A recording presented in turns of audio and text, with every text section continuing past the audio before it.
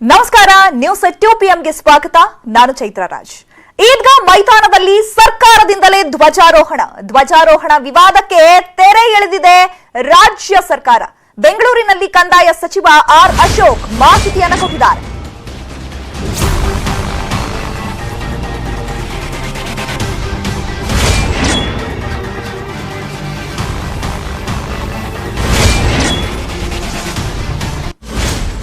ಯಾವ ಸಂಘ ಸಂಸ್ಥೆಗಳಿಗೂ ಧ್ವಜಾರೋಹಣಕ್ಕೆ ಅವಕಾಶವಿಲ್ಲ. ಶಾಸಕ ಜಮೀರ್ ಅಹಮದ್ಗೂ ಧ್ವಜಾರೋಹಣಕ್ಕೆ ಅವಕಾಶವಿಲ್ಲ. ಜಿಲ್ಲಾಡಳಿತದ ನೇತೃತ್ವದಲ್ಲೇ ಧ್ವಜಾರೋಹಣ ನಡೆಯಲಿದೆ ಅಂತ ಈಗ ರಾಜ್ಯ ಸರ್ಕಾರ ಸ್ಪಷ್ಟ ಸಂದೇಶವನ್ನ ರವಾನೆ ಮಾಡಿದೆ. ಪೊಲೀಸ್ ಬಂದೋಬಸ್ತ್ನಲ್ಲಿ ಆಗಸ್ಟ್ 15ಕ್ಕೆ ಧ್ವಜಾರೋಹಣಕ್ಕೆ ಸಾಕಷ್ಟು ಸಕಲ ಸಿದ್ಧತೆಗಳನ್ನ ಮಾಡಿಕೊಳ್ಳಲಾಗಿದೆ. ಇಂದಿನ ಸಭೆಯಲ್ಲಿ ಸರ್ಕಾರ ಮಹತ್ವದ ತೀರ್ಮಾನವನ್ನ ಕೈಗೊಂಡಿದೆ. ಬೆಂಗಳೂರಿನಲ್ಲಿ ಕಂದಾಯ ಸಚಿವ ಆರ್ ಅಶೋಕ್ ಮಾಹಿತಿಯನ್ನ ಕೊಟ್ಟಿದ್ದಾರೆ. ಈದ್ಗಾ ಮೈದಾನದಲ್ಲಿ ಸರ್ಕಾರದಿಂದಲೇ ಧ್ವಜಾರೋಹಣ ಆಗುತ್ತೆ ಅನ್ನುವಂತಹ ಸ್ಪಷ್ಟ ಸಂದೇಶವನ್ನ ಈ ಮೂಲಕ ರವಾನೆ ಮಾಡಿದ್ದಾರೆ. ಧ್ವಜಾರೋಹಣ ವಿವಾದಕ್ಕೆ ಕೊನೆಗೂ ರಾಜ್ಯ ಸರ್ಕಾರ ತೆರೆ ಎಳೆದಿದೆ. ಬೆಂಗಳೂರಿನಲ್ಲಿ ಕಂದಾಯ ಸಚಿವ ಆರ್ ಅಶೋಕ್ ಹೇಳಿಕೆಯನ್ನ ಕೊಟ್ಟಿದ್ದಾರೆ. ಈಗ ಯಾವ ಸಂಘ ಸಂಸ್ಥೆಗಳಿಗೂ, ಯಾವ ಪ್ರತ್ಯೇಕ ಸಮುದಾಯಕ್ಕೂ ಅಥವಾ ಇದು ಖಾಸಗಿ ಸ್ವತ್ತಲ್ಲ, ಇದು ಧ್ವಜಾರೋಹಣಕ್ಕೆ ಯಾವುದೇ ಸಂಘ ಸಂಸ್ಥೆಗಳಿಗೂ ಕೂಡ ಅವಕಾಶವಿರೋದಿಲ್ಲ. ಶಾಸಕ ಜಮೀರ್ ಅಹಮದ್ಗೂ ಧ್ವಜಾರೋಹಣಕ್ಕೆ ಕೂಡ ಅವಕಾಶವಿಲ್ಲ ಅಂತ ಸ್ಪಷ್ಟ ಸಂದೇಶವನ್ನ ರವಾನೆ ಮಾಡಿದೆ ರಾಜ್ಯ ಸರ್ಕಾರ. ಜಿಲ್ಲಾಡಳಿತದ ನೇತೃತ್ವದಲ್ಲೇ ಧ್ವಜಾರೋಹಣ ಮಾಡುವಂಥದ್ದಕ್ಕೆ ಇವತ್ತಿನ ಸಭೆಯನ್ನ ತೀರ್ಮಾನವನ್ನ ನಾವು ಮಾಡಿದ್ವಿ. ನಮ್ಮ ಅಸಿಸ್ಟೆಂಟ್ ಕಮಿಷನರ್ ಅವರು ಫ್ಲಾಗ್ ಅನ್ನ ಹಾಯಿಸ್ಟ್ ಮಾಡ್ತಾರೆ. ಕಾನೂನು ಪ್ರಕಾರ ಫ್ಲಾಗ್ ಹಾಯಿಸ್ಟ್ ಮಾಡುವಂಥ ಸಂದರ್ಭದಲ್ಲಿ ಯಾರ್ಯಾರು ಬರ್ಬೋದು ಅವರು ಅಲ್ಲಿನ MLA MP ಬಂದು ಭಾಗವಹಿಸಬೇಕು. ಅದರಲ್ಲಿ ಭಾಗವಹಿಸ್ಬೋದು. ಅವರಲ್ಲಿ ಅದ್ರ ಜೊತೆ ಕಂದಾಯ ಇಲಾಖೆ, ನಮ್ಮ ಇಲಾಖೆ, ಅದು ಕಾರ್ಪೊರೇಷನ್ ಸಂಬಂಧ ಇಲ್ಲ. ಇದು ಫ್ಲಾಗ್ ಹಾಯಿಸ್ಟಿಂಗ್ ನಮ್ಮ AC ಅವರು ಮಾಡ್ತಾರೆ. AC ಅವರು ಮಾಡ್ತಾರೆ.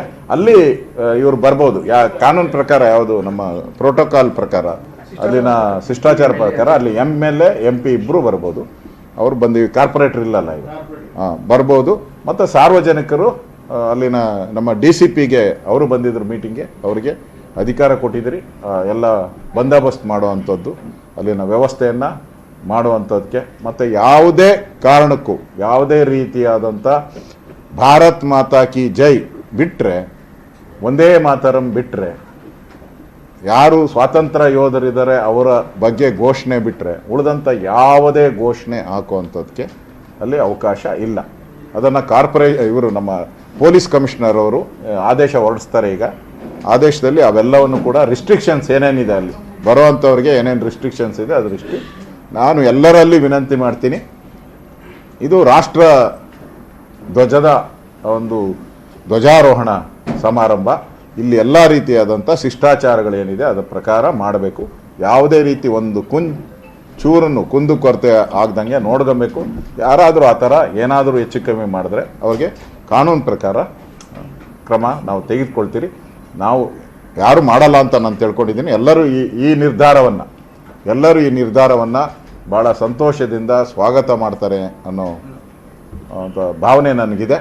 ಟೈಟಲ್ ಬಗ್ಗೆ ಯಾರಿಗಾದರೂ ಇದಿದ್ರೆ, ಏನೋ ಕ್ಲೈಮ್ಸ್ ಇದ್ದರೆ ದಯವಿಟ್ಟು ಅವರೆಲ್ಲರೂ ಕೂಡ ಕಂದಾಯ ಇಲಾಖೆಗೆ ಅಪೀಲ್ ಮಾಡ್ಬೋದು. ಅದನ್ನು ಮುಂದೆ ನಾವು ಅದನ್ನು ತೀರ್ಮಾನ ಮಾಡ್ತೀರಿ. ಅದಾದಮೇಲೆ ನ್ಯಾಯಾಲಯದಲ್ಲೂ ಕೂಡ ಅಪೀಲ್ ಮಾಡ್ಬೋದು. ಎಲ್ಲ ಅವಕಾಶಗಳಿದೆ. ಅದರಿಂದ ನಾವೆಲ್ಲರೂ ಕಾನೂನಿಗೆ ತಲೆಬಗ್ಗಿ ನಡೆಯೋಣ. ಈಗ ನಮ್ಮ 75ನೇ ವರ್ಷದ ಏನು ಸ್ವಾತಂತ್ರ್ಯ ದಿನಾಚರಣೆ ಇದೆ, ಎಲ್ಲರೂ ವಿಜೃಂಭಣೆಯಿಂದ ಆಚರಣೆ ಮಾಡೋಣ. ಈ ಗ್ರೌಂಡಲ್ಲಿ ನಮ್ಮ AC ಅವರು ಧ್ವಜಾರೋಹಣವನ್ನು ಕಾನೂನು ಪ್ರಕಾರ ಮಾಡ್ತಾರೆ. ಎಲ್ಲೆಲ್ಲಿ ಬೇರೆ ತಾಲೂಕುಗಳಲ್ಲಷ್ಟೇ, ಎಲ್ಲೆಲ್ಲಿ ತಾಲೂಕಿದೆ ಎಲ್ಲ ಕಡೆ ನಮ್ಮ ತಹಸೀಲ್ದಾರರೇ ಹೋಗಿ ಮಾಡೋದು ಧ್ವಜಾರೋಹಣಗಳು. ಮಂತ್ರಿಗಳು ಹೋಗಿಲ್ಲ ಅಂದರೆ DC ಅಲ್ಲಿ ಧ್ವಜಾರೋಹಣ ಮಾಡ್ತಾರೆ. ಅದೃಷ್ಟ DC ಅವರು ಇಲ್ಲಿ ಮೇಯ್ನ್ ಮುಖ್ಯಮಂತ್ರಿಗಳ ಕಾರ್ಯಕ್ರಮದಲ್ಲಿ DC ಅವರು ಇರೋದರಿಂದ ಅವರ ಬದಲಾಗಿ AC ಅವರಿಗೆ ಬೆಂಗಳೂರಿನ ನಾರ್ತ್ AC ಈ ಧ್ವಜಾರೋಹಣವನ್ನು ಮಾಡೋಕ್ಕೆ ಅವ್ರನ್ನೂ ಕರೆದಿದ್ರಿ. ಅವ್ರಿಗೂ ಸೂಚನೆಯನ್ನು ಕೊಟ್ಟಿದ್ರಿ. ಶಾಂತಿಯುತವಾಗಿ ಇದೆಲ್ಲ ನಡಿಬೇಕು. ಸಂತೋಷದಿಂದ ಈ ಸಂಭ್ರಮವನ್ನು 75ನೇ ವರ್ಷದ ಸ್ವಾತಂತ್ರ್ಯ ದಿನವನ್ನು ಸಂಭ್ರಮದಿಂದ ಆಚರಣೆ ಮಾಡೋಣ. ಎಲ್ಲರೂ ಸಹಕಾರ ಮಾಡಬೇಕು ಅಂತ ವಿನಂತಿಯನ್ನು ಮಾಡ್ತೀನಿ. ಒಬ್ಬೊಬ್ರು ನೀನು ಆರಾಮಾಗಿ ಕೇಳಪ್ಪ. ಸಂಘಟನೆಗಳವರು ಭಾಗವಹಿಸಬಹುದಾ? ಆ ಧ್ವಜಾರೋಹಣ ಸಂದರ್ಭದಲ್ಲಿ ಸಾರ್ವಜನಿಕರಿಗೆ ಅವಕಾಶ ಇರುತ್ತೆ, ಎಲ್ಲ ಭಾಗವಹಿಸಬಹುದು. ಎಲ್ಲರೂ ಭಾಗವಹಿಸ್ಬೋದು. ಎಲ್ಲರೂ ರಾಷ್ಟ್ರಧ್ವಜದ ಏನು ನೀತಿ ನಿಯಮಗಳಿದೆ ಆ ಪ್ರಕಾರ ಮಾಡಬೇಕು. ರಾಷ್ಟ್ರಧ್ವಜಕ್ಕೆ ಗೌರವ, ರಾಷ್ಟ್ರಧ್ವಜಕ್ಕೆ ಜೈಕಾರ. ಸರ್, ಈಗ ಕಾನೂನು ಕ್ರಮ ಅಂತ ಹೇಳಿದ್ವಿ, ಒಂದೇ ಮಾತ್ರ ಭಾರತ್ ಮಾತಾ ಕಿ ಜೈ ಬಿಟ್ಟು ಬೇರೆ ಏನೋ ಆಗಬಾರ್ದು ಅಂತ. ಇಲ್ಲ, ಸ್ವಾತಂತ್ರ್ಯ ಮಹಾತ್ಮ ಗಾಂಧಿ ಜೈ, ಯಾರು ಸ್ವಾತಂತ್ರ್ಯ ಹೋರಾಟಗಾರರು ಇದ್ರು ಅವ್ರಿಗೆಲ್ಲರಿಗೂ ಜೈ ಹೇಳ್ಬೋದು. ಯಾವುದೇ ಧಾರ್ಮಿಕ ಘೋಷಣೆಗಳು ಮಾಡಂಗಿಲ್ಲ. ಸರ್, ಈ ಒಂದು ಗೊಂದಲನ ಇಲ್ಲಿ ತನಕ ತಂದಿದ್ದೇ ಕಾಂಟ್ರವರ್ಸಿ ಕ್ರಿಯೇಟ್ ಮಾಡಬೇಕು ಅಂತ. ಯಾಕಂದ್ರೆ ಆರ್ ಅಶೋಕ್ ಅವರಿಗೆ ಜಮೀರ್ ಅಹಮದ್ ಅವರು ಆತ್ಮೀಯ ಸ್ನೇಹಿತರು. ನನ್ಗೆ ಯಾರು ಸ್ನೇಹಿತರಿಲ್ಲ, ಯಾರು ವೈರಿಗಳಿಲ್ಲ, ನಾನು ಅಜಾತ ಶತ್ರು.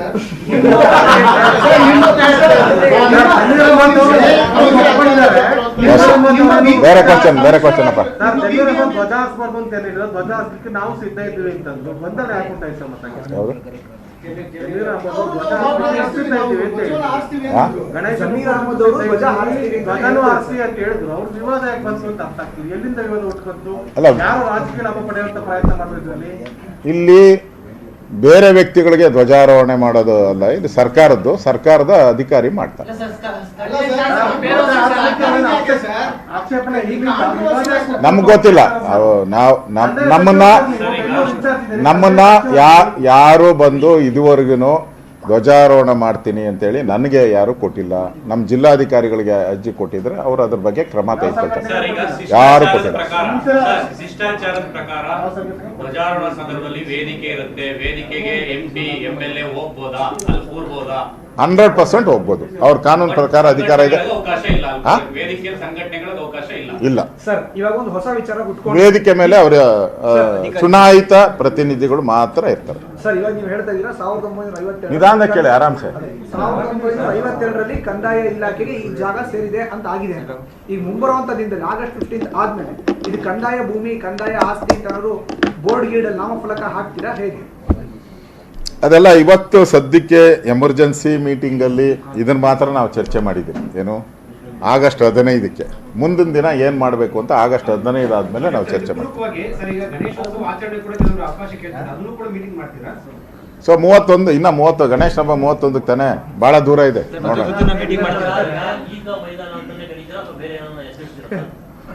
Survey number 40 Guttahalli, Chamarajpet.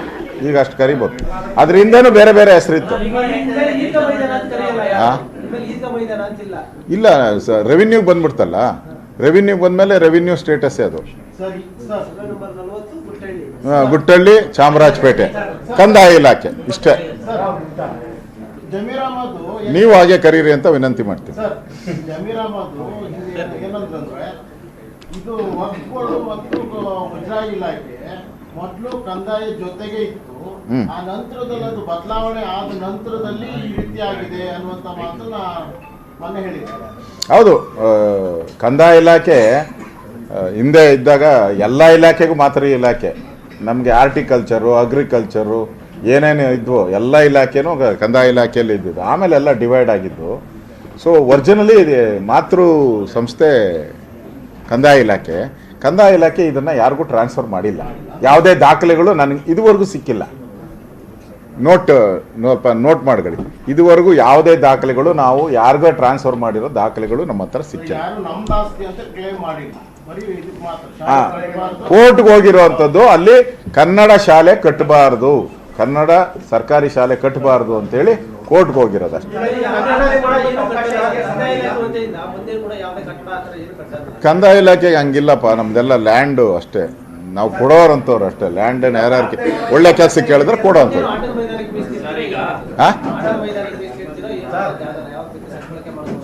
ಅದನ್ನ ನೋಡೋಣ ಮುಂದೆ. ನಾವು ಅದನ್ನ ಕಾರ್ಪೊರೇಷನ್ ಕೊಡಬೇಕಾ, BDA ಕೊಡಬೇಕಾ, ಅಥವಾ ಹಂಗೆ ಕಂದಾಯ ಇಲಾಖೆಯಲ್ಲಿ ಉಳಿಸ್ಕೊಬೇಕಾ, ಏನು ಮಾಡಬೇಕು ಅಂತ ಮುಖ್ಯಮಂತ್ರಿಗಳ ಜೊತೆ ಚರ್ಚೆ ಮಾಡ್ತೀನಿ. ಮುಖ್ಯಮಂತ್ರಿಗಳ ಜೊತೆ ನಿರಂತರ ಸಂಪರ್ಕ ಇಟ್ಕೊಂಡಿದ್ದೀನಿ ಈಗಲೂ ಕೂಡ. ಇದೊಂದು ಸ್ವಾತಂತ್ರ್ಯ ದಿನಾಚರಣೆಯನ್ನು ಎಸ್ ಬಗ್ಗೆ ಮಾತನಾಡೋದಕ್ಕೆ ನಮ್ಮ ಜೊತೆಗೆ ನೇರ ಸಂಪರ್ಕದಲ್ಲಿ ಜಾಯಿನ್ ಆಗ್ತಾ ಇದ್ದಾರೆ ಮೋಹನ್ ಗೌಡ, ಹಿಂದೂ ಜನಜಾಗೃತಿ ಸಮಿತಿಯವರು. ನಮಸ್ತೆ ಸರ್. ನಮಸ್ತೆ ಮೇಡಮ್. ಸರ್, ಈಗ ಕೊನೆಗೂ ರಾಜ್ಯ ಸರ್ಕಾರ ಈ ಒಂದು ಈದ್ಗಾ ಮೈದಾನ ವಿಚಾರದಲ್ಲಿ ಮಧ್ಯಪ್ರವೇಶ ಮಾಡಿದೆ. ಹಾಗಾದ್ರೆ ಇಲ್ಲಿ ಒಂದ್ ಕಡೆ ನೋಡೋದಾದ್ರೆ ನಿಮ್ಗೂ ಕೂಡ ಪರ್ಮಿಷನ್ ಸಿಗ್ಲಿಲ್ಲ, ಮುಸ್ಲಿಂ ಸಂಘಟನೆಗಳಿಗೂ ಪರ್ಮಿಷನ್ ಸಿಗ್ಲಿಲ್ಲ. ಸರ್ಕಾರ ಈಗ ಸ್ಪಷ್ಟ ಸಂದೇಶವನ್ನ ರವಾನೆ ಮಾಡಿದೆ, ಯಾರು ಕೂಡ ಇಲ್ಲಿ ಮೂಗ್ ತೂರ್ಸೋ ಹಾಗಿಲ್ಲ ಅಂತ. ಈಗ ಸರ್ಕಾರದ ಈ ನಿರ್ಧಾರಕ್ಕೆ ನಿಮ್ಮ ನಿಲುವೇನು? ಮೇಡಮ್, ಈಗ ನಮ್ದು ಉದ್ದೇಶ ಅಂತ ಹೇಳಿದ್ರೆ ಅಲ್ಲಿ ರಾಷ್ಟ್ರಧ್ವಜ ಹಾರಾಡಿಸ್ಬೇಕು ಹೇಳುದು ನಮ್ದು ಉದ್ದೇಶ ಇತ್ತು. ಬಹಳ ಮುಖ್ಯವಾಗಿ ಸರ್ಕಾರನೇ ಈಗ ನಿರ್ಣಯ ತೆಗೆದುಕೊಂಡಿರೋದ್ರಿಂದ ಇದನ್ನ ನಾವು ಸ್ವಾಗತವನ್ನ ಮಾಡ್ತೇವೆ. ಯಾಕೆಂತ ಹೇಳಿದ್ರೆ ಕನಿಷ್ಠ ಪಕ್ಷ ಸರ್ಕಾರ ಕೊನೆಗಾದ್ರೂ ಎಚ್ಚೆತ್ಕೊಂಡು ಈಗ ಅಲ್ಲಿ ರಾಷ್ಟ್ರಧ್ವಜವನ್ನ ಹಾರಾಡಿಸ್ಲಿಕ್ಕಾಗಿ ಇವತ್ತು ನಿರ್ಣಯ ತೆಗೆದುಕೊಂಡಿರೋದು ಒಂದು ಸ್ವಾಗತಾರ್ಹ ಅಂತೇಳಿ ನಾನು ಭಾವಿಸ್ತೇನೆ. ನಾವು ಪ್ರತಿ ವರ್ಷ ಈ ರೀತಿ ಜನವರಿ 26 ಬಂದಾಗ, ಆಗಸ್ಟ್ 15 ಬಂದಾಗ ಮನವಿ ಕೊಡುವಂತದ್ದು ಮತ್ತೆ ನಮ್ಗೆ ಲಾ ಅಂಡ್ ಆರ್ಡರ್ ಸಮಸ್ಯೆ ಅಂತೇಳಿ ಅವರು ರಿಜೆಕ್ಟ್ ಮಾಡುವಂತದ್ದು ಆಗ್ತಾ ಇತ್ತು. ಹಾಗಾಗಿ ಸರ್ಕಾರ ಇದಕ್ಕೂ ಮೊದಲೇ ಎಚ್ಚೆತ್ಕೊಂಡು ಅಲ್ಲಿ ರಾಷ್ಟ್ರಧ್ವಜವನ್ನು ಹಾರಾಡಿಸುವಂತಹ ಸ್ವತಃ ನಿರ್ಣಯ ತೆಗೆದುಕೊಳ್ಳೋದು ಅಪೇಕ್ಷಿತ ಇತ್ತು. ಸರ್ಕಾರ ಇದುವರೆಗೆ ಕಣ್ಮುಚ್ಕೊಂಡು ಕೂತ್ಕೊಂಡು ಈಗ ಏನಾಗ್ತಿದೆ ಅಂತ ಹೇಳಿದ್ರೆ ಕೊನೆ ಹಂತಕ್ಕೆ ಬಂದಾಗ ಈಗ ಸರ್ಕಾರ ಹಾರಾಡಿಸ್ತಾ ಇರೋದು ಒಂದ್ ರೀತಿಯಲ್ಲಿ ಕನಿಷ್ಠ ಪಕ್ಷ ನಮ್ಮ ಒಂದು ರಾಷ್ಟ್ರಧ್ವಜವನ್ನಾದ್ರೂ ಆ ಒಂದು ಮೈದಾನದಲ್ಲಿ ಹಾರಾಡ್ತಿದೆ ಹೇಳುವುದು ಒಂದು ಸಂತೋಷ ಇದೆ. ಆದ್ರೆ ದುರ್ದೈವ ಅಂತ ಹೇಳಿದ್ರೆ 75 ವರ್ಷ ಬೇಕಾಯ್ತಲ್ಲ ಈ ಒಂದು ರಾಷ್ಟ್ರಧ್ವಜವನ್ನ ನಮ್ಮ ರಾಜ್ಯದ ರಾಜಧಾನಿಯ ಒಂದು ಮೈದಾನದಲ್ಲಿ ಹಾರಾಡಿಸ್ಲಿಕ್ಕೆ. ಅದೇ ನಮ್ಗೆ ದುಃಖದ ಸ್ಥಿತಿ, ದುರಂತ ಅಂತ ಅನ್ಸುತ್ತೆ ಮೇಡಮ್. ಸರ್ಕಾರ ನಮ್ಗೆ ಒಂದು ಏನಂತ ಹೇಳಿದ್ರೆ ಒಂದು ಕಾನೂನಾತ್ಮಕವಾಗಿ ನಮ್ಗೆ ಅನುಮತಿ ಕೊಡಿ ಅಂತ ಕೇಳಿದ್ರು ಪ್ರತಿ ಬಾರಿ ರಿಜೆಕ್ಟ್ ಮಾಡ್ತಾ ಇತ್ತು. ಹಿಂದಿನ ಸರ್ಕಾರ ರಿಜೆಕ್ಟ್ ಮಾಡ್ತಾ ಇತ್ತು, ಇದೇ ಸರ್ಕಾರ ಹಿಂದಿನ ವರ್ಷ ರಿಜೆಕ್ಟ್ ಮಾಡಿತ್ತು. ಈಗ ಕೊನೆ ಕ್ಷಣದಲ್ಲಿ ನಿರ್ಧಾರ ತೆಗೆದುಕೊಂಡಿದ್ದಾರೆ. ಕನಿಷ್ಠ ಪಕ್ಷ ಈಗಲಾದ್ರೂ ಹಾರಾಡಿಸ್ತಿ ಅದಕ್ಕೆ ಎಲ್ಲರಿಗೂ ಆ ರಾಷ್ಟ್ರಧ್ವಜಾರೋಹಣ ಕಾರ್ಯಕ್ರಮದಲ್ಲಿ ಏನಂತ ಹೇಳಿದ್ರೆ ಅವಕಾಶ ಕೊಡಬೇಕು. ಇದರ ನಂತರ ಗಣೇಶೋತ್ಸವ ಇದೇ ತಿಂಗಳಿನಲ್ಲೇ ಬರ್ತದೆ. ಗಣೇಶೋತ್ಸವ ಅಂತ ಹೇಳಿದ್ರೆ ಅದು ರಾಷ್ಟ್ರದ ಸ್ವಾತಂತ್ರ್ಯಕ್ಕೋಸ್ಕರವಾಗಿ ನಮ್ಮ ಕ್ರಾಂತಿಕಾರಿಗಳನ್ನ ಸಂಘಟನೆ ಮಾಡ್ಲಿಕ್ಕಾಗಿ ನಮ್ಮ ಸ್ವತಂತ್ರ ಹೋರಾಟಗಾರರಾದಂತಹ ಲೋಕಮಾನ್ಯ ಬಾಲಗಂಗಾಧರ ತಿಲಕ್ ಅವರು ಪ್ರಾರಂಭ ಮಾಡಿರುವಂತದ್ದು. ಅದಕ್ಕೂ ಸಹ ಅವಕಾಶವನ್ನು ಕೊಡಬೇಕು. ಸಾರ್ವಜನಿಕ ಗಣೇಶೋತ್ಸವ ಈ ರಾಷ್ಟ್ರದ ಸ್ವಾತಂತ್ರ್ಯಕ್ಕಾಗಿ ದುಡಿದಂತಹ ಮಹನೀಯರ ಒಂದು ಮಹಾನ್ ಉತ್ಸವ ಇದೆ. ಅದು 130 ವರ್ಷಗಳ ಈಗಾಗಲೇ ಸಂದಿದೆ. 130ನೇ ವರ್ಷದ ನಿಮಿತ್ತವಾಗಿ ಅದಕ್ಕೂ ಸಹ ಸರ್ಕಾರ ಅನುಮತಿ ಕೊಡಬೇಕು. ಇಲ್ಲ ಅಂತ ಹೇಳಿದ್ರೆ ಸರ್ಕಾರನೇ ಸ್ವತಃ ಯಾವ ರೀತಿ ಆರ್ ಅಶೋಕ್ ಅವರು ರಾಷ್ಟ್ರಧ್ವಜವನ್ನ ಹಾರಾಡಿಸ್ಲಿಕ್ಕಾಗಿ ಸರ್ಕಾರದ ವತಿಯಿಂದ ಆಯೋಜನೆ ಮಾಡಿದರೆ ಅದೇ ರೀತಿಯಲ್ಲಿ ಗಣೇಶೋತ್ಸವಕ್ಕೂ ಸಹ ಸರ್ಕಾರ ಒಂದು ಹಿಂದೂ ಸಂಘಟನೆಗಳಿಗೆ ಅವಕಾಶವನ್ನು ಕೊಡಬೇಕು. ಈಗಾಗಲೇ ಜಿಲ್ಲಾಧಿಕಾರಿಗಳಿಗೆ ನಾವು ಮನವಿಯನ್ನ ಸಲ್ಲಿಸಿದ್ದೇವೆ. ಇಲ್ಲ ಅಂತ ಹೇಳಿದ್ರೆ ಸರ್ಕಾರವೇ ಅಲ್ಲಿ ಸಾರ್ವಜನಿಕ ಗಣೇಶೋತ್ಸವನ್ನ ಸರ್ವರಿಗೂ ಅಲ್ಲಿ ಆಚರಣೆ ಮಾಡ್ಲಿಕ್ಕಾಗಿ ಅವಕಾಶ ಕೊಡ್ಬೇಕು ಹೇಳುವ ಆಗ್ರಹವನ್ನು ನಾವು ಈ ಸಂದರ್ಭದಲ್ಲಿ ಮಾಡ್ತಾ ಇದ್ದೇವೆ. ಸರ್, ಈಗ ಕಂದಾಯ ಸಚಿವರು ಅಶೋಕ್ ಅವ್ರು ಹೇಳಿದ್ರು ಈಗ 31ನೇ ತಾರೀಕು ತುಂಬಾ ದೂರ ಇದೆ, ಅದ್ರ ಬಗ್ಗೆ ನಾವಿನ್ನೂ ಯಾವುದೇ ಚರ್ಚೆ ಮಾಡಿಲ್ಲ ಅಂತ. ಅಕಸ್ಮಾತ್ ನಿಮ್ಗೇನಾದ್ರೂ ಆ ಮೈದಾನದಲ್ಲಿ ಗಣೇಶೋತ್ಸವ ಮಾಡದೇ ಇರೋದಕ್ಕೆ ಪರ್ಮಿಷನ್ ಸಿಕ್ಲಿಲ್ಲ ಅಂತ ಅಂದ್ರೆ ನಿಮ್ಮ ಮುಂದಿನ ನಡೆ ಯಾವ ರೀತಿ ಇರುತ್ತೆ? ಒಂದೊಮ್ಮೆ ರಾಜ್ಯ ಸರ್ಕಾರ ನಮಗೆ ಅಲ್ಲಿ ನಮ್ಮ ಸಂವಿಧಾನಾತ್ಮಕ ಕಾನೂನಾತ್ಮಕ ಹಕ್ಕುಗಳನ್ನ ಆ ಮೈದಾನದಲ್ಲಿ ಚಲಾವಣೆ ಮಾಡ್ಲಿಕ್ಕೆ ಅವಕಾಶ ನೀಡಿಲ್ಲ ಅಂತ ಹೇಳಿದ್ರೆ ನಾವು ಮಾನ್ಯ ನ್ಯಾಯಾಲಯಕ್ಕೆ ಹೋಗಿ ಸರ್ಕಾರಕ್ಕೆ ಚೀಮಾರಿ ಹಾಕಿಸುವ ಹಾಗೆ ನ್ಯಾಯಾಲಯದಿಂದ ಅನುಮತಿ ಪಡೆದು ನಾವು ಖಂಡಿತವಾಗಿ ಅಲ್ಲಿ ಸಾರ್ವಜನಿಕ ಗಣೇಶೋತ್ಸವನ್ನ ಆಚರಣೆಯನ್ನ ಮಾಡ್ತೇವೆ. ಈಗ ಆಗಸ್ಟ್ 15 ಜಿಲ್ಲಾಡಳಿತದ ಮೂಲಕ ಧ್ವಜಾರೋಹಣವನ್ನ ಮಾಡ್ತಾ ಇದೆ. ಆ ಧ್ವಜಾರೋಹಣದಲ್ಲಿ ನೀವು ಕೂಡ ಪಾಲ್ಗೊಳ್ತೀರಾ, ಹೋಗ್ತೀರಾ, ಹೇಗೆ? ಖಂಡಿತವಾಗಿ ಇದು ಸರ್ಕಾರ ಅಂತ ಹೇಳಿದ್ರೆ ನಮ್ದೇ ನಾವೇ ಆಯ್ಕೆ ಮಾಡಿದ ಚುನಾಯಿತ ಪ್ರತಿನಿಧಿಗಳಿಂದ ಮಾಡಿರುವಂತ ಸರ್ಕಾರ ಇದೆ. ಹಾಗಾಗಿ ಸರ್ಕಾರದ ಕಾರ್ಯಕ್ರಮ ಅಂತ ಹೇಳಿದ್ರೆ ಅಲ್ಲಿ ಪ್ರತಿಯೊಬ್ಬ ಪ್ರಜೆಗೂ ಪ್ರತಿಯೊಬ್ಬ ಸಮುದಾಯದವರಿಗೂ ಪ್ರತಿಯೊಬ್ಬ ನಾಗರಿಕನಿಗೂ ಅವಕಾಶ ಇರೋದ್ರಿಂದ ಖಂಡಿತವಾಗಿ ನಾವು ಅದರಲ್ಲಿ ಭಾಗವಹಿಸ್ತೇವೆ. ನಾವು ಧ್ವಜಕ್ಕೆ ವಂದನೆಯನ್ನ ಸಲ್ಲಿಸ್ತೇವೆ. ಈಗ ಮತ್ತೊಂದ್ ಕಡೆ ಜಮೀರ್ ಅಹಮದ್ ಖಾನ್ ಅವರು ಈ ಈದ್ಗಾ ಮೈದಾನವನ್ನ ಪರಿಶೀಲನೆ ಮಾಡಿದಂತಹ ಸಂದರ್ಭದಲ್ಲಿ ಒಂದ್ ಮಾತು ಹೇಳಿದ್ರು, ಗಣೇಶೋತ್ಸವಕ್ಕೆಲ್ಲ ನಾವು ಬಿಡೋದಿಲ್ಲ, ಬರೀ ಧ್ವಜಾರೋಹಣವನ್ನ ಮಾಡ್ತೀವಿ ಅಂತ. ಬಟ್ ಇವಾಗ ಅವ್ರಿಗೂ ಕೂಡ ಧ್ವಜಾರೋಹಣ ಮಾಡೋದಕ್ಕೆ ಪರ್ಮಿಷನ್ ಸಿಕ್ಕಿಲ್ಲ. ಅಕಸ್ಮಾತ್ ನಿಮ್ಗೆ ಗಣೇಶೋತ್ಸವ ಆಚರಣೆ ಮಾಡೋದಕ್ಕೂ ಕೂಡ ಈ ರೀತಿಯಾದಂತಹ ಅಡ್ಗಾಲ್ಗಳು ಬಂದಾಗ ಸೊ ನೀವ್ ಏನ್ ಮಾಡ್ತೀರಾ? ಈಗ ಮುಸ್ಲಿಂ ಸಂಘಟನೆಗಳು ಕೂಡ ಗಣೇಶೋತ್ಸವ ಮಾಡೋದಕ್ಕೆ ಅವರು ಕೂಡ ಬಿಡೋದಿಲ್ಲ ಅಂತ ಸಂದರ್ಭದಲ್ಲಿ ನೀವ್ ಏನ್ ಮಾಡ್ಬೇಕು ಅಂತ ಅನ್ಕೊಂಡಿದ್ದೀರಾ? ಈಗಾಗಲೇ ಸಮಸ್ತ ಹಿಂದೂ ಸಂಘಟನೆಗಳು ಚಾಮರಾಜಪೇಟೆ ನಾಗರಿಕರ ಹಿತರಕ್ಷಣಾ ವೇದಿಕೆ, ಶ್ರೀರಾಮ್ ಸೇನೆ, ಬಜರಂಗದಳ, ವಿಶ್ವ ಹಿಂದೂ ಪರಿಷತ್ತು, ವಿಶ್ವ ಸನಾತನ ಪರಿಷತ್ತು, ಹಿಂದೂ ಜನ ಸಮಿತಿ, ಸಮಸ್ತ ಹಿಂದೂ ಸಂಘಟನೆಗಳ ವತಿಯಿಂದ ನಾವು ಸರ್ಕಾರಕ್ಕೆ ಇಂಟಿಮೇಶನ್ ಅನ್ನ ಕೊಡ್ತೇವೆ ಮತ್ತು ಸಾರ್ವಜನಿಕವಾಗಿ ಗಣೇಶನನ್ನ ಕುಳ್ಳರಿಸಿ ಆಚರಣೆಯನ್ನ ಮಾಡ್ತೇವೆ. ಯಾಕಂತ ಹೇಳಿದ್ರೆ ಇದು ಬಹುಸಂಖ್ಯಾತ ಹಿಂದೂಸ್ತಾನದಲ್ಲಿ ನಮಗೆ ಹಿಂದೂಗಳಿಗೆ ಒಂದು ಹಬ್ಬವನ್ನ ಆಚರಣೆ ಮಾಡ್ಲಿಕ್ಕೆ ನಮ್ಗೆ ಪರ್ಮಿಷನ್ ತೆಗೆದುಕೊಳ್ಬೇಕು. ಒಂದು ಈ ರೀತಿಯಲ್ಲಿ ನಮಗೆ ಅವಕಾಶ ಇಲ್ಲ ಅಂತ ಹೇಳಿದ್ರೆ ಒಂದು ದುರಂತ ಇದೆ. ಹಾಗಾಗಿ ಈಗ ನಿನ್ನೆ CT ರವಿ ಅವರು ಹೇಳಿದ್ದಾರೆ, ಅಲ್ಲಿ ಗಣೇಶೋತ್ಸವ ಆಚರಣೆ ಮಾಡ್ಲಿಕ್ಕಾಗಿ ಜಮೀರ್ ಅಹಮದ್ನ ಏನು ಅನುಮತಿ ಯಾಕೆ, ಅದು ಅವನ ಅಪ್ಪನ ಆಸ್ತಿ ಅಂತೇಳಿ CT ರವಿ ಅವರು ಕೇಳಿದ್ದಾರೆ, ಆಸ್ತಿ ಅಂತಲೇ ಪ್ರಶ್ನೆಯನ್ನ ಮಾಡಿದ್ದಾರೆ. ಹಾಗಾಗಿ ಹಿಂದೂಗಳಿಗೆ ಅಲ್ಲಿ ಗಣೇಶೋತ್ಸವನ್ನ ಆಚರಣೆ ಮಾಡ್ಲಿಕ್ಕಾಗಿ ಹಕ್ಕಿದೆ, ಸಂವಿಧಾನಬದ್ಧ ನಮ್ಮ ಕರ್ತವ್ಯವನ್ನು ನಾವು ಅಲ್ಲಿ ನಿಭಾಯಿಸ್ತೇವೆ ಖಂಡಿತವಾಗಿ. ಸಮಸ್ತ ಹಿಂದೂ ಸಂಘಟನೆಗಳ ಒಕ್ಕೂಟದಿಂದ ಅಲ್ಲಿ ನಾವು ಗಣೇಶೋತ್ಸವವನ್ನ ವಿಜೃಂಭಣೆಯಿಂದ ಕಾನೂನಿನ ಚೌಕಟ್ಟಿನಲ್ಲಿ ಶಾಂತ ರೀತಿಯಿಂದ ಸಮಸ್ತ ಹಿಂದೂ ಸಂಘಟನೆಗಳು, ಸಮಸ್ತ ಹಿಂದೂ ಈ ನಾಗರಿಕ ವೇದಿಕೆ ಚಾಮರಾಜಪೇಟೆ ಎಲ್ಲರೂ ಸೇರಿ ನಾವು ಅದನ್ನ ಶಾಂತಿಯುತವಾಗಿ ಆಚರಣೆ ಮಾಡ್ತೇವೆ. ನಮಗೆ ಇವತ್ತು ಏನಂತ ಹೇಳಿದ್ರೆ ಮಾನ್ಯ ನ್ಯಾಯಾಲಯವೂ ಸಹ ಅದು BBMP ಗ್ರೌಂಡ್ ಅಂತ ಹೇಳಿದೆ. ಈಗ BBMPನೂ ಸಹ ಅದು ಇದು ಸಾರ್ವಜನಿಕ ಕಂದಾಯ ಇಲಾಖೆಯ ಮೈದಾನ ಅಂತ ಹೇಳಿದೆ. ಹಾಗಾಗಿ ಅಲ್ಲಿ ಪ್ರತಿಯೊಬ್ಬರಿಗೂ ರೈಟ್ಸ್ ಇದೆ. ಜಮೀರ್ ಅಹಮದ್ ಖಾನ್ ಅವರು ಹೇಳಿದ್ರು ಈ ತರ ಅವಕಾಶ ಇಲ್ಲ ಅಂತ ಹೇಳಿ. ಜಮೀರ್ ಅಹಮದ್ ಖಾನ್ಗೆ ಆಲಿಕ್ಕೆ ಹೇಳುವಂತ ಯಾವುದೇ ರೈಟ್ಸ್, ಅಧಿಕಾರ, ಯಾವುದೇ ನೈತಿಕತೆನೂ ಇಲ್ಲ. ಯಾಕಂತ ಹೇಳಿದ್ರೆ ಅವರು ಆ BBMP ಗ್ರೌಂಡಿನ ಮಾಲೀಕರು ಅಲ್ಲ. BBMP ಗ್ರೌಂಡ್ಗೆ ಜಮೀರ್ ಅಹಮದ್ ಖಾನ್ ಅವರಿಗೆ ಯಾವುದೇ ಸಂಬಂಧ ಇಲ್ಲ. ಅಲ್ಲಿನ ಒಬ್ಬ ಸ್ಥಳೀಯ ಪ್ರತಿನಿಧಿ ಇದ್ದಾರೆ. ಅವರು ಯಾವುದೇ ರೆವಿನ್ಯೂ ಮಿನಿಸ್ಟ್ರು ಅಲ್ಲ ಅಥವಾ ಸರ್ಕಾರದ ಭಾಗನೂ ಅಲ್ಲ. ಹಾಗಾಗಿ ನಮ್ಗೆ ಅಲ್ಲಿ ಗಣೇಶೋತ್ಸವವನ್ನು ಕುಳಿಸ್ಕೊಳ್ಳಿಕ್ಕಾಗಿ ಜಮೀರ್ ಅಹಮದ್ ಖಾನ್ ಅವರ ಅನುಮತಿ ಅಗತ್ಯ ಇಲ್ಲ. ಇವತ್ತು ಕಂದಾಯ ಇಲಾಖೆಗೆ ನಾವು ಮನವಿಯನ್ನು ಸಲ್ಲಿಸ್ತೇವೆ, ಪೊಲೀಸ್ ಸ್ಟೇಷನ್ಗೆ ಒಂದು ಇಂಟಿಮೇಷನ್ ಅನ್ನ ಕೊಡ್ತೇವೆ. ನಾವು ಸಾರ್ವಜನಿಕವಾಗಿ ಗಣೇಶೋತ್ಸವನ್ನ ಎಲ್ಲರೂ ಸೇರಿ ನಾವು ಶಾಂತಿ ರೀತಿಯಿಂದ ಆಚರಣೆಯನ್ನ ಮಾಡ್ತೇವೆ. ಸರ್ಕಾರ ನಮಗೆ ಬಂದೋಬಸ್ತನ ವ್ಯವಸ್ಥೆಯನ್ನ ಮಾಡ್ಬೇಕು ಪೊಲೀಸ್ ಇಲಾಖೆಗೆ. ಸರ್ಕಾರ ಈ ಸಂದರ್ಭದಲ್ಲಿ ಸರ್, ಈಗ ಸರ್ಕಾರ ಏನೋ ಮಧ್ಯ ಪ್ರವೇಶ ಮಾಡಿ ಒಂದು ಸ್ಪಷ್ಟ ಸಂದೇಶವನ್ನ ರವಾನೆ ಮಾಡ್ತು. ಆದ್ರೆ ಸರ್ಕಾರದ ಈ ನಿರ್ಧಾರ ಕೆಲವು ರಾಜಕೀಯ ಪಕ್ಷಗಳು ಇದನ್ನ ಲಾಭವಾಗಿ ಪಡೆಯುವಂತಹ ಸಾಧ್ಯತೆ ಇದೆ ಅಲ್ವಾ?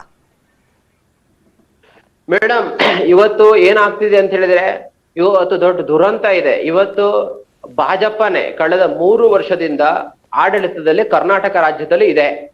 ಪ್ರತಿ ವರ್ಷ ನಾವು ನವರಾತ್ರಿ ಬಂದಾಗ, ಶಿವರಾತ್ರಿ ಬಂದಾಗ, ಅದೇ ರೀತಿಯಲ್ಲಿ ಗಣೇಶೋತ್ಸವ ಬಂದಾಗ, ಕನ್ನಡ ರಾಜ್ಯೋತ್ಸವ ಬಂದಾಗ ಮನವಿ ಕೊಡ್ತಾ ಇದ್ವಿ. ಪ್ರತಿ ಬಾರಿನೂ ಲಾ ಅಂಡ್ ಆರ್ಡರ್ ಸಮಸ್ಯೆ ಅಂತೇಳಿ ಅವರು ರಿಜೆಕ್ಟ್ ಮಾಡ್ತಾ ಇತ್ತು. ಈ ಬಾರಿ ಇದು ಒಂದು ಅಂತಾರಾಷ್ಟ್ರೀಯ ವಿಚಾರ ಆಗಿ ಮಾಧ್ಯಮದಲ್ಲಿ ಬಹಳಷ್ಟು ಚರ್ಚೆ ಆಗಿದ್ರಿಂದ ಕೊನೆ ಕ್ಷಣದಲ್ಲಿ ಇವತ್ತು ರಾಜ್ಯ ಸರ್ಕಾರ ಅದನ್ನ ಒಂದು ಎನ್ಕ್ಯಾಶ್ ಮಾಡಿ ಅದನ್ನ ಆಚರಣೆ ಮಾಡ್ಲಿಕ್ಕಾಗಿ ಇವತ್ತು ಮಾಡ್ತಾ ಇದೆ. ಇದು ದೊಡ್ಡ ದುರಂತ ಇದೆ. ಇವತ್ತು ಪ್ರತಿಯೊಂದು ಪ್ರಸಂಗದಲ್ಲಿ ರಾಜಕಾರಣಿಗಳು ಒಂದು ರಾಜಕೀಯ ಒಂದು ಹಿತಾಸಕ್ತಿಯನ್ನ ಕಾಪಾಡ್ಲಿಕ್ಕಾಗಿ ಪ್ರಯತ್ನ ಮಾಡ್ತಾರೆ. ನಿಜವಾಗ ಪ್ರಾಮಾಣಿಕವಾಗಿ ಅಲ್ಲಿ ಹಿಂದೂಗಳಿಗೆ ಹಬ್ಬವನ್ನ ಆಚರಣೆ ಮಾಡ್ಲಿಕ್ಕೆ ಅವಕಾಶ ಸಿಗ್ಬೇಕು, ಆ ದೃಷ್ಟಿಯಲ್ಲಿ ಹಿಂದೂಗಳಿಗೆ ಒಂದು ನ್ಯಾಯ ಸಿಗ್ಬೇಕು ಹೇಳುವ ದೃಷ್ಟಿಯಿಂದ ಯಾವುದೇ ರಾಜಕಾರಣಿಗಳು ನ್ಯಾಯಯುತವಾಗಿ ಕೆಲಸ ಮಾಡ್ತಾ ಇಲ್ಲ ಅಂತ ಈ ಪ್ರಸಂಗದಿಂದ ಗಮನಕ್ಕೆ ಬರ್ತಾ ಇದೆ.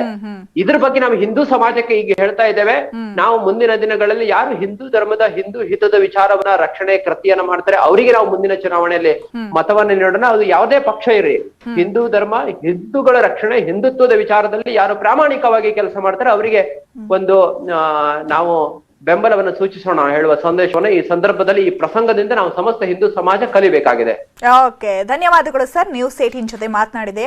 ಇನ್ನು ಮೀಟಿಂಗ್ ನಡಿಬೇಕು, ಮೀಟಿಂಗ್ ಅಲ್ಲಿ ಏನೆಲ್ಲ ಚರ್ಚೆಗಳು ಆಗತ್ತೆ, ಸೊ ಗಣೇಶೋತ್ಸವಕ್ಕೆ ಪರ್ಮಿಷನ್ ಸಿಗತ್ತಾ ಇಲ್ವಾ, ಶಾಂತಿಯುತವಾಗಿ ನಡೆಯುತ್ತಾ ಇಲ್ವಾ ಅನ್ನುವಂಥದ್ದನ್ನ ಕಾದು ನೋಡ್ಬೇಕಾಗಿದೆ. ಮತ್ತಷ್ಟು ಸುದ್ದಿಯನ್ನ ನೋಡೋಣ ಸ್ಮಾಲ್ ಬ್ರೇಕ್ ಆದ್ಮೇಲೆ. Welcome back. ಸರ್ಕಾರದಿಂದಲೇ ಈದ್ಗಾ ಮೈದಾನದಲ್ಲಿ ಧ್ವಜಾರೋಹಣ, ಭದ್ರತೆಗಾಗಿ ಮೈದಾನದಲ್ಲಿ ಹೆಚ್ಚಿದ ಪೊಲೀಸ್ ನಿಯೋಜನೆ. ಈದ್ಗಾ ಮೈದಾನದ ಸುತ್ತ 4 KSRP ತುಕಡಿ ನಿಯೋಜನೆ.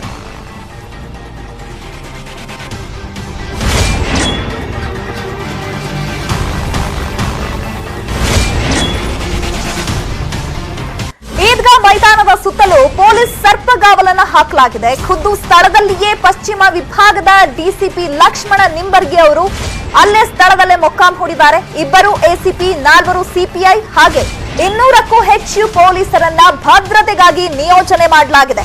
ಸರ್ಕಾರದಿಂದಲೇ ಇದೀಗ ಈದ್ಗಾ ಮೈದಾನದಲ್ಲಿ ಧ್ವಜಾರೋಹಣ ಮಾಡುವಂತಹ ಸ್ಪಷ್ಟ ಸಂದೇಶವನ್ನ ರಾಜ್ಯ ಸರ್ಕಾರ ನೀಡಿರುವಂತದ್ದು. ಭದ್ರತೆಗಾಗಿ ಮೈದಾನದಲ್ಲಿ ಈಗ ಪೊಲೀಸ್ ನಿಯೋಜನೆಯನ್ನ ಹೆಚ್ಚು ಮಾಡಲಾಗಿದೆ.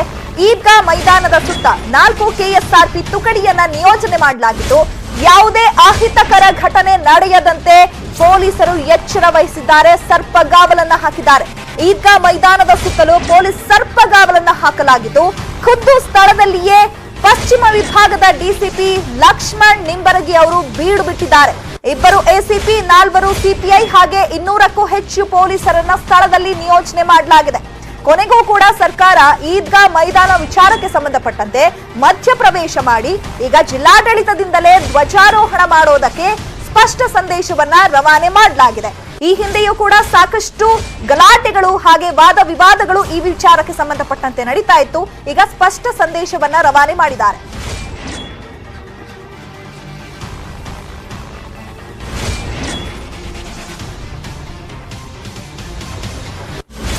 ಈ ಬಗ್ಗೆ ಮತ್ತಷ್ಟು ಮಾಹಿತಿಯನ್ನು ಕೊಡ್ತಾರೆ ನಮ್ಮ ಪ್ರತಿನಿಧಿ ಶರಣು ಹಂಪಿ. ನೇರ ಸಂಪರ್ಕದಲ್ಲಿ ಜಾಯಿನ್ ಆಗ್ತಾ ಇದ್ದಾರೆ. ಶರಣು, ಅಂತೂ ಇಂತೂ ಈದ್ಗಾ ಮೈದಾನ ವಿಚಾರಕ್ಕೆ ಒಂದು ತೆರೆ ಬಿದ್ದಿದೆ. ಸರ್ಕಾರ ಮಧ್ಯಪ್ರವೇಶ ಮಾಡಿ ಈಗ ಸ್ಪಷ್ಟ ಸಂದೇಶವನ್ನ ರವಾನೆ ಮಾಡಿದೆ.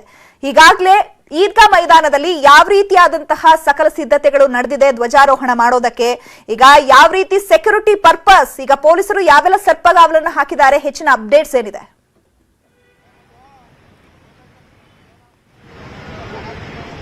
ಚೈತ್ರ, ಚಾಮರಾಜಪೇಟೆ ಈದ್ಗಾ ಮೈದಾನ ಮಾಲೀಕತ್ವದ ಬಗ್ಗೆ ಸಾಕಷ್ಟು ಚರ್ಚೆಯಲ್ಲಿತ್ತು. ಬಿಬಿಎಂಪಿ ಯಾವಾಗ ಕಂದಾಯ ಇಲಾಖೆ ವ್ಯಾಪ್ತಿಗೆ ಸೇರುತ್ತೆ ಅಂತ ಹೇಳಿ ಘೋಷಣೆ ಮಾಡಿತು. ಸೊ ಆ ನಂತರ ಕಂದಾಯ ಇಲಾಖೆ ಇವತ್ತು ಸಭೆಯನ್ನ ನಡೆಸಿ ವಿಸ್ತೃತವಾಗಿ ಈಗ ಮಹತ್ವದ ನಿರ್ಧಾರವನ್ನ ತೆಗೆದುಕೊಂಡಿದೆ. ಈ ಚಾಮರಾಜಪೇಟೆ ವಿವಾದಿತವಾದಂತಹ ಸ್ಥಳ ಏನಿದೆ, ಇದು ಕಂದಾಯ ಇಲಾಖೆ ವ್ಯಾಪ್ತಿಯಲ್ಲೇ ಧ್ವಜಾರೋಹಣ ಮಾಡಲಿಕ್ಕೆ ಈಗ ಮುಂದಾಗಿರೋದು. ಆ ರೀತಿಯಾದಂತಹ ನಿರ್ಧಾರವನ್ನ ತೆಗೆದುಕೊಂಡಿದೆ. ಈ ವಿಚಾರ ಘೋಷಣೆ ಆದ ಕೂಡಲೇ ಇಲ್ಲಿರುವಂತಹ ಚಾಮರಾಜಪೇಟೆ ಈದ್ಗಾ ಮೈದಾನದಲ್ಲಿ ಪೊಲೀಸ್ ಭದ್ರತೆ ಹೆಚ್ಚಾಗ್ತಾ ಇದೆ. ಈ ಮೈದಾನದ ಸುತ್ತಲೂ ಕೂಡ 4 ಕಡೆಗೂ ಕೂಡ ಪೊಲೀಸ್ ಭದ್ರತೆ ನಿಯೋಜನೆ ಹೆಚ್ಚಾಗ್ತಾ ಇರೋದು. ಒಂದೊಂದು ನಿಮಗೆ ಎಂಡಲ್ಲೂ ಕೂಡ ನೋಡ್ತಾ ಹೋದ್ರೆ KSRP ತುಕಡಿ ವಾಹನಗಳು ಕೂಡ ಕಾಣಿಸ್ತದೆ ಮತ್ತು ಪೊಲೀಸರು ಕೂಡ ಕಾಣಿಸ್ತಾರೆ. ನನ್ನ ಎಡಭಾಗದಲ್ಲೂ ಕೂಡ ಡಿ ಸ್ಕ್ವಾಡ್ ಅಂತ ಹೇಳಿ ಹೊಸ ಪೊಲೀಸ್ ಫೋರ್ಸ್, ಅದು ಆ ಪೊಲೀಸ್ ಫೋರ್ಸ್ ಕೂಡ ಬಂದಿದೆ. ಆ ಪೊಲೀಸ್ ಫೋರ್ಸ್ ಒಟ್ಟು 20 ಜನ ಪೊಲೀಸ್ ಫೋರ್ಸ್ ಬಂದಿರೋದು. ಚಾಮರಾಜಪೇಟೆ ಸುತ್ತಮುತ್ತಲೂ ಕೂಡ ಬೇರೆ ಬೇರೆ ಪೊಲೀಸ್ ಸ್ಟೇಷನ್ ಇಂದನೂ ಕೂಡ ಬರುವವರ ಸಂಖ್ಯೆನೂ ಕೂಡ ಜಾಸ್ತಿ ಇದೆ. ಇನ್ನು 4 KSRP ತುಕಡಿ ವಾಹನಗಳು ಈಗಾಗಲೇ ಬಂದಿದ್ದಾವೆ. ಇನ್ನೂ 4 KSRP ತುಕಡಿ ವಾಹನ ಆಗಮಿಸ್ತಾ ಇದೆ. ಇದರ ಜೊತೆಗೆ 4 CPIಗಳು, 2 ACPಗಳು ಖುದ್ದು ಸ್ಥಳದಲ್ಲಿ ಪರಿಶೀಲನೆ ಮಾಡ್ತಾ ಇದ್ದಾರೆ. ಪಶ್ಚಿಮ ಭಾಗದ DCP ಲಕ್ಷ್ಮಣ್ ನಿಂಬರ್ಗಿ ಅವರು. ಸೊ ಅವ್ರನ್ನು ಕೂಡ ಮಾತಾಡಿಸುವಂತ ಪ್ರಯತ್ನವನ್ನ ಪಡ್ತೀನಿ. ಸೊ ಖುದ್ದು ಸ್ಥಳ ಪರಿಶೀಲನೆ ಮಾಡ್ತಾ ಇದ್ದಾರೆ. ಯಾವುದೇ ರೀತಿಯಾದಂತಹ ಅಹಿತಕರ ಘಟನೆ ನಡೆದ ರೀತಿಯಾಗಿ ಕ್ರಮ ಕೈಗೊಳ್ತಾ ಇದ್ದಾರೆ. 200ಕ್ಕೂ ಹೆಚ್ಚು ಪೊಲೀಸರ ಭದ್ರತೆಗೆ ಈಗಾಗಲೇ ನಿಯೋಜನೆ ಮಾಡಿದ್ದಾರೆ. ಇನ್ನೂ 4 KSP ತುಕಡಿಗಳು ಬರುವಂತ ಸಾಧ್ಯತೆ ಇದೆ. ಬನ್ನಿ ಬಗ್ಗೆ ಮಾತಾಡ್ಲಿಕ್ಕೆ. ಸರ್, ಈಗ ಒಟ್ಟು ಭದ್ರತೆಯ ಹಿನ್ನೆಲೆಯಲ್ಲಿ ಏನೆಲ್ಲ ಕ್ರಮಗಳನ್ನು ಕೈಗೊಳ್ತಾ ಇದ್ರಿ ಸರ್? ಯಾಕಂದ್ರೆ ಕಂದಾಯ ಇಲಾಖೆ ವ್ಯಾಪ್ತಿಯಲ್ಲಿ ಧ್ವಜಾರೋಹಣ ಮಾಡಬೇಕು ಅಂತ ಹೇಳಿದ್ದಾರೆ. AC ಅವರು ಧ್ವಜಾರೋಹಣ ಮಾಡ್ತಾರೆ ಅಂತಾನೂ ಹೇಳಿದ್ದಾರೆ. ಯಾರು ಹೇಳಿದ್ದಾರೆ ಸರ್? ಸಚಿವರು ಹೇಳಿದ್ದಾರೆ ಸರ್. ಸಚಿವರು ಹೇಳಿದ್ದಾರೆ. ಇಲ್ಲಿ ಭದ್ರತೆ ಯಾವ ರೀತಿಯಾಗಿ ನಿಯೋಜನೆ ಮಾಡಿದೆ? ಆಸ್ ಯೂಶುವಲ್ ಭದ್ರತೆ ಇರುತ್ತೆ. ಎಷ್ಟು KSRP ಬಂದಿದೆ ಸರ್? ಅಲ್ಲ, ಭದ್ರತೆ ಅನುಗುಣವಾಗಿ ಏನೇನ್ ಬೇಕು ಅದನ್ನೆಲ್ಲ ಡಿಪ್ಲೊಮೆಂಟ್ ಆಗುತ್ತೆ. ಒಟ್ಟು ಏನು ಈ ಬಗ್ಗೆ ಹೆಚ್ಚಿನ ಪ್ರತಿಕ್ರಿಯೆ ನೀಡಲಿಕ್ಕೆ ನಿರಾಕರಿಸ್ತಾ ಇದ್ದಾರೆ. ಬಟ್ ವಿಜುವಲ್ ಅಲ್ಲಿ ನೋಡಬಹುದು 4ಕ್ಕೂ ಹೆಚ್ಚು ಈಗಾಗಲೇ KSRP ತುಕಡಿ, 3 KSP ತುಕಡಿಗಳು ಅಂದ್ರೆ ಪೊಲೀಸ್ ಬೆಂಗಳೂರು ನಗರ ಪೊಲೀಸ್ ತುಕಡಿಗಳು ಕೂಡ ಇದಾವೆ. ಇದರ ಜೊತೆಗೆ ಡಿ ಸ್ಕ್ವಾಡ್ ಅಂತ ಹೇಳಿ 20ಕ್ಕೂ ಹೆಚ್ಚು ಜನ ಸಶಸ್ತ್ರ ಮೀಸಲು ಅವರು ಕೂಡ ಬಂದಿದ್ದಾರೆ. 4 ದಿಕ್ಕಿನಲ್ಲೂ ಕೂಡ ಈಗಾಗಲೇ ಗ್ರೌಂಡ್ ಒಳಗಡೆ ವೆಹಿಕಲ್ಗಳ ಮೂವ್ಮೆಂಟ್ ಇದೆ. ಯಾರು ಕೂಡ ಗ್ರೌಂಡ್ ಒಳಗಡೆ ಬಾರದೇ ರೀತಿಯಾಗಿ ಪೊಲೀಸ್ ಸಾಕಷ್ಟು ಭದ್ರತೆಯನ್ನು ಕೂಡ ಹೊರಡಿಸಿದ್ದಾರೆ ಮತ್ತು ಅನಾವಶ್ಯಕವಾಗಿ ಯಾವುದೇ ರೀತಿಯಾದಂತಹ ಪ್ರತಿಕ್ರಿಯೆಗಳನ್ನ ನೀಡಬಾರದು. ಆ ರೀತಿ ಏನಾದರೂ ಆದ್ರೆ ನಿಮ್ಮೆಲ್ಲ ಕ್ರಮಗಳನ್ನು ಕೂಡ ಕೈಗೊಳ್ತೀವಿ ಅಂತ ಹೇಳಿ ನಿನ್ನೆ ಮತ್ತು ಮೊನ್ನೆ ಶಾಂತಿ ಸಭೆಯಲ್ಲಿ ಮತ್ತು ಹಿಂದೂ ಸಂಘಟನೆಗಳಿಗೆ ಮತ್ತು ಮುಸ್ಲಿಂ ಸಂಘಟನೆಗಳಿಗೆ ಎರಡೂ ಸಂಘಟನೆಗಳು ಕೂಡ ಮುನ್ನೆಚ್ಚರಿಕೆಯನ್ನು ವಹಿಸಿದ್ದಾರೆ. ಈಗಾಗಲೇ ಹಿಂದೂ ಪರ ಸಂಘಟನೆಯ ಕಾರ್ಯಕರ್ತರೊಬ್ಬರು ನೀಡಿದಂತ ಹೇಳಿಕೆ ಏನಿದೆ ಅದರ ಹಿನ್ನೆಲೆಯಲ್ಲಿ FIR ಕೂಡ ದಾಖಲಾಗಿದೆ. ಸೂಕ್ಷ್ಮವಾದಂತಹ ಸ್ಥಳ ಮತ್ತು ಸೂಕ್ಷ್ಮವಾದಂತಹ ಪ್ರದೇಶ. ಈ ಚಾಮರಾಜಪೇಟೆ ಈದ್ಗಾ ಮೈದಾನದಲ್ಲಿ ಪ್ರಪ್ರಥಮ ಬಾರಿಗೆ ಇದು ಮೊದಲನೇ ಬಾರಿ 75ನೇ ವರ್ಷ ಸ್ವಾತಂತ್ರ್ಯ ದಿನಾಚರಣೆಯಂದು ಇಲ್ಲಿ ಧ್ವಜಾರೋಹಣ ಆಗುತ್ತೆ. ಅದು ಕಂದಾಯ ಇಲಾಖೆಯ ವ್ಯಾಪ್ತಿಯಲ್ಲೇ ಆಗೋದು.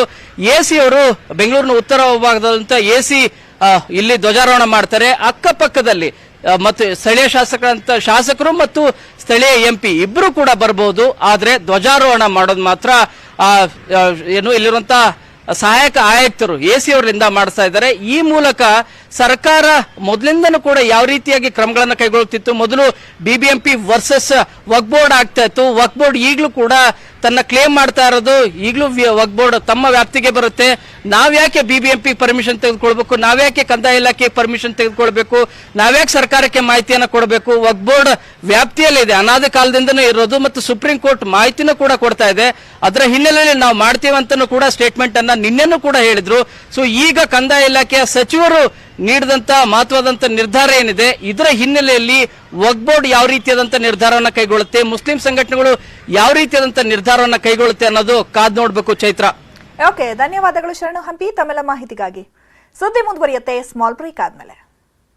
Welcome back. ಚಾಮರಾಜಪೇಟೆಯ ಈದ್ಗಾ ಮೈದಾನ ವಿವಾದ ವಿಚಾರಕ್ಕೆ ಸಂಬಂಧಪಟ್ಟಂತೆ ಕಾಂಗ್ರೆಸ್ ಬಿಜೆಪಿಗೆ ಈ ಧರ್ಮದ ದಂಗಲ್ ಜೀವಾಳ, ಹೀಗಂತ ಚನ್ನಪಟ್ಟಣದಲ್ಲಿ ಮಾಜಿ ಸಿಎಂ ಕುಮಾರಸ್ವಾಮಿ ಹೇಳಿಕೆಯನ್ನ ಕೊಟ್ಟಿದ್ದಾರೆ.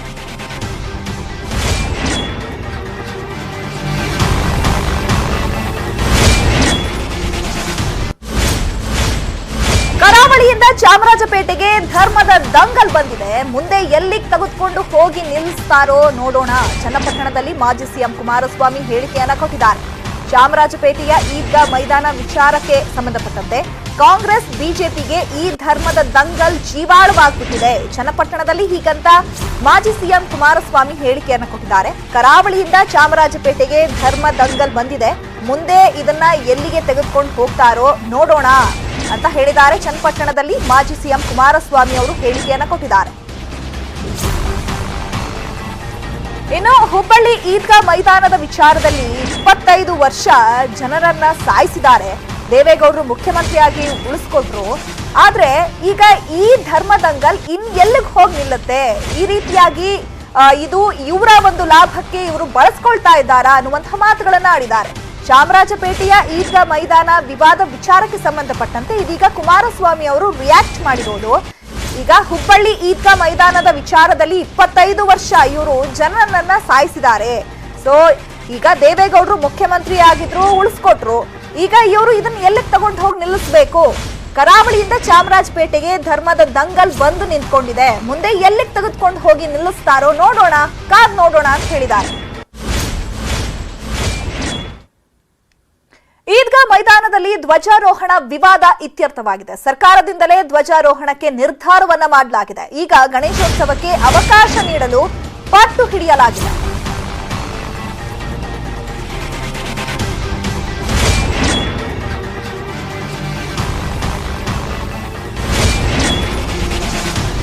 ಹಿಂದೂ ಸಂಘಟನೆಗಳಿಗೆ ಅವಕಾಶ ನೀಡಬೇಕು, ಇಲ್ಲವಾದಲ್ಲಿ ಸರ್ಕಾರವೇ ಸಾರ್ವಜನಿಕ ಗಣೇಶೋತ್ಸವವನ್ನ ಆಚರಣೆ ಮಾಡಿ. ಸರ್ಕಾರ ಅವಕಾಶ ಕೊಡದಿದ್ರೆ ಕೋರ್ಟ್ಗೆ ಹೋಗೋದಕ್ಕೆ ನಿರ್ಧಾರವನ್ನ ಮಾಡಲಾಗಿದೆ. ಹಿಂದೂ ಸಂಘಟನೆಗಳಿಂದ ಈಗ ಸರ್ಕಾರದ ಮೇಲೆ ಒತ್ತಡವನ್ನ ಹೇರಲಾಗ್ತಾ ಇದೆ. ಈದ್ಗಾ ಮೈದಾನದಲ್ಲಿ ಧ್ವಜಾರೋಹಣ ವಿವಾದ ಒಂದ್ ಕಡೆ ಇತ್ಯರ್ಥ ಆಗಿದ್ರೆ, ಸರ್ಕಾರದಿಂದಲೇ ಈಗ ಧ್ವಜಾರೋಹಣಕ್ಕೆ ನಿರ್ಧಾರವನ್ನ ಮಾಡಿರುವಂತದ್ದು. ಜಿಲ್ಲಾಡಳಿತವೇ ಇಲ್ಲಿ ಧ್ವಜಾರೋಹಣವನ್ನ ಮಾಡುತ್ತೆ. ಹಾಗಾದ್ರೆ ಈಗ ಗಣೇಶೋತ್ಸವಕ್ಕೆ ಅವಕಾಶವನ್ನ ಕೊಡ್ತಾರಾ? ಈಗ ಇವರೇನೋ ಮನವಿಯನ್ನ ಸಲ್ಲಿಸಿದ್ದಾರೆ, ಈಗ ನಾವು ಗಣೇಶೋತ್ಸವವನ್ನ ಆಚರಣೆ ಮಾಡಬೇಕು ಈದ್ಗಾ ಮೈದಾನದಲ್ಲಿ ಅಂತ. ಬಟ್ ಇನ್ನೂ ಕೂಡ ಸರ್ಕಾರ ಯಾವುದೇ ರಿಯಾಕ್ಷನ್ ಅಥವಾ ಪರ್ಮಿಷನ್ ಅನ್ನ ಕೊಟ್ಟಿಲ್ಲ. ಈಗ ಗಣೇಶೋತ್ಸವಕ್ಕೆ ಅವಕಾಶವನ್ನ ನೀವು ನೀಡಲೇಬೇಕು ಅಂತ ಈಗ ಸರ್ಕಾರದ ಮೇಲೆ ಒತ್ತಡವನ್ನ ಹೇರಲಾಗ್ತಾ ಇದೆ. ಹಿಂದೂ ಸಂಘಟನೆಗಳಿಗೆ ಅವಕಾಶವನ್ನ ನೀಡಬೇಕು, ಇಲ್ಲವಾದಲ್ಲಿ ಸರ್ಕಾರವೇ ಸಾರ್ವಜನಿಕ ಗಣೇಶೋತ್ಸವವನ್ನ ಮಾಡ್ಲಿ. ಸರ್ಕಾರ ಅವಕಾಶ ಒಂದು ವೇಳೆ ಕೊಡ್ಲಿಲ್ಲ ಅಂತ ಹೇಳಿದ್ರೆ ಕೋರ್ಟ್ಗೆ ಹೋಗೋದಕ್ಕೆ ನಿರ್ಧಾರವನ್ನ ಸಹ ಮಾಡಲಾಗಿದೆ.